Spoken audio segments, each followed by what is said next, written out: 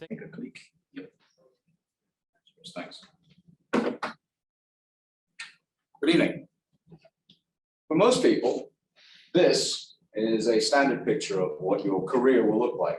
Steady upward progression, lots of movement along the way, generally moving in the same direction, consistently upward. That is a picture of my so-called career. I've been through 3 layoffs in my life, 3 redundancies. Hands up, anybody in here who's been through that rather novel experience? Not 3, but 1. That's about what I expected.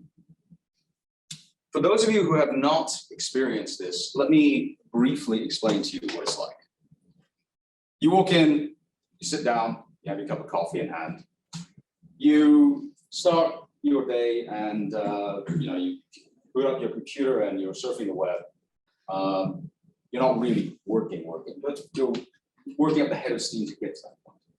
Sometime between 10 and 12, you get a call on your desk phone. You don't recognize the number. It's a room somewhere in the building. You pick up the phone, and it's your boss on the other end of the line. And he says to you, could you please come to room such and such for a very important meeting? If you've never been through this experience, you don't know what to expect. If you have been through it, you know what the feelings are I'm about to describe. A cold, chill dread runs down your spine. A strange sort of fog descends upon you. You don't know what's going on. You feel like this must be some nightmare. This must be some dream. I can't be going through this. All I have to do is wake up and it'll all be over. But it's not over. There's no waking up. There's no moving on from it. You get into the room, you sit down, your boss will be there, 2 HR types will be there. They have nothing to do with your job. They have no idea what you do. They will proceed to explain to you in excruciating detail how your life at the company has come to an end. And at no point will you be able to wake up and say, it's just a bad dream. This is what it's like. Now imagine going through that once. Imagine going through that twice. Imagine going through that 3 or 4 times. Who would you be? How would you respond? And most importantly, how would you pick yourself back up and move on? Well, I'm not an expert, but I do have some suggestions to offer based on my own experiences. The first and the most difficult step, at least initially, is to take ownership. You have to own what's happened to you. You have to face the mirror and you have to admit to yourself that this is real. This has happened. You have to take ownership of your own mistakes because your own mistakes put you there. You can't just say it's his fault or her fault or somebody else's fault. You own the situation. And only when you own the situation can you move on. That man there is a former Navy SEAL named Jocko Willink. He led Task Unit Bruiser in the sandbox. He wrote a book called Extreme Ownership. And in it, he talks about the discipline required to own your mistakes. He talks about it in this way, and his words are absolutely true.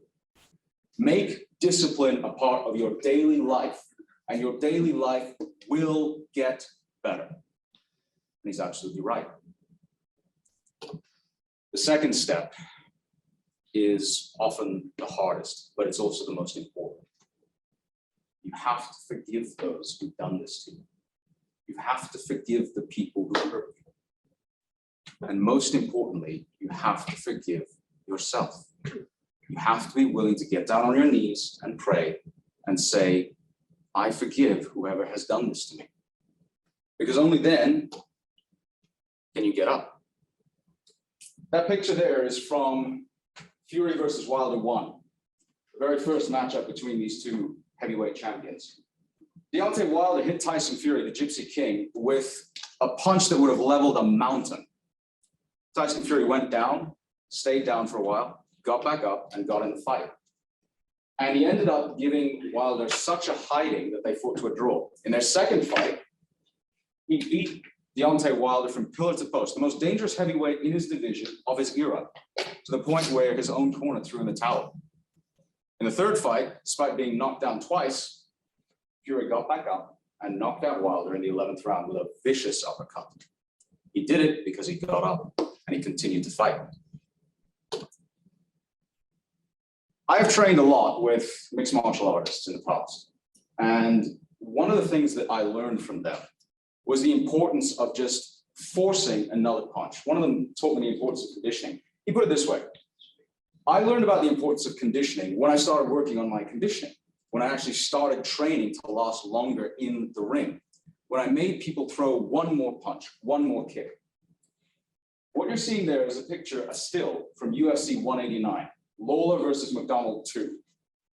For 20 minutes, these two welterweights pounded the crap out of each other. They threw everything, including the kitchen sink, at each other. They mauled each other. And at the end of the 4th round, Lawler with a deep cut in his lip, McDonald with a shattered nose. Lawler spits the blood out all over the canvas, stares at McDonald with blood streaming down his face, all over his chest. And you can see in that image from the body language what they're saying to each other. What is it going to take to put this man away? That's what you have to do in your life. You have to force life to throw one more punch, one more kick, one more blow. Because when you force that, you can keep moving forward. Now, despite appearances, the greatest philosopher of our age is not the man standing in front of you, it's that guy, Rocky Balboa. And in that movie, 2006 film, these are the words he uttered to his son. And he was 100% correct. It ain't about how hard you can hit. It's about how hard you can get hit and keep moving forward. How much you can take and keep moving forward. What do you move forward to? Fix your eyes on the truth. Focus on what is true, indisputably, undeniably true, and move forward towards that, one step at a time.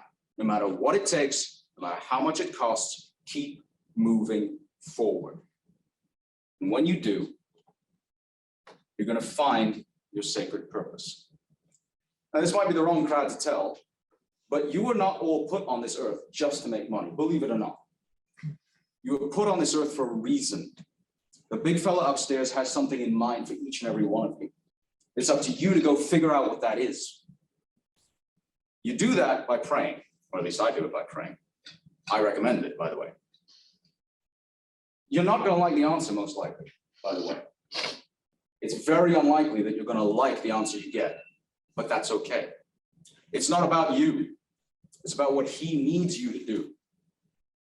And when you find out what that is, you'll never live one more day of your life with any doubt whatsoever as to why you are here. The last thing to do is to be grateful for your tests. That's hard. It's really hard to be grateful when you're under pressure, when you're constantly being pushed in directions you don't want to go. But be grateful for the fact that you're being pushed, you're being tested.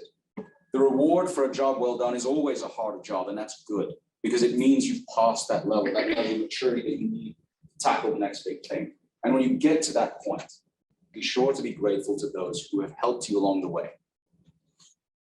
That is my family. That is my lady. That is my king.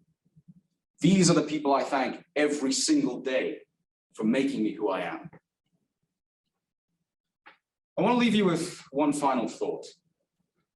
Most of us here, me included, believe it or not, don't like conflict.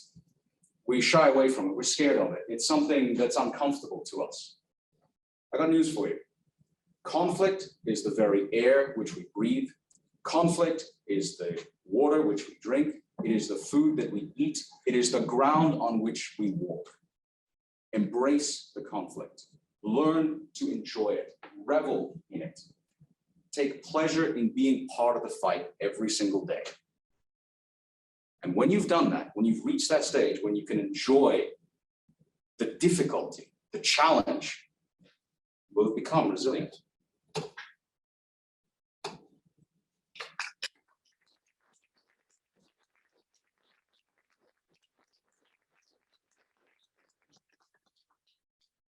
Thank you very much, Sarbo. That was amazing. It was a really good presentation that you did.